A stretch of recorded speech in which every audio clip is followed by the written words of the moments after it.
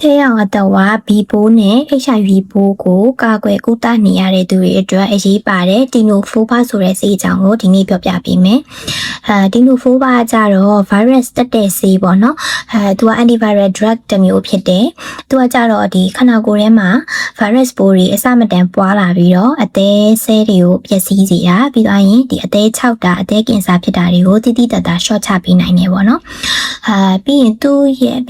ကိုယ်ခံအောင်စနစ်ကိုလည်းပို့ပြီးတော့ကောင်းမွန်လာစေတယ်။ပြီးရင်သူ့ရဲ့ဘေးထွက်ဆိုးကျိုးအနေနဲ့သိထားမှာကြတော့ဒီဆေးတောက်ခါစားမှာပြုတ်အန်ဂျင်နာတို့ဝင်းပြက်တာတို့နှုံးတာတို့ခေါင်းကိုက်တာတို့တော့ဖြစ်တတ်တယ်ပေါ့နော်။ပြီးရင်သူ့ရဲ့ရေရှည်သတိထားမယ်ဘေးထွက်ဆိုးကျိုးကဘာလဲဆိုတော့လေ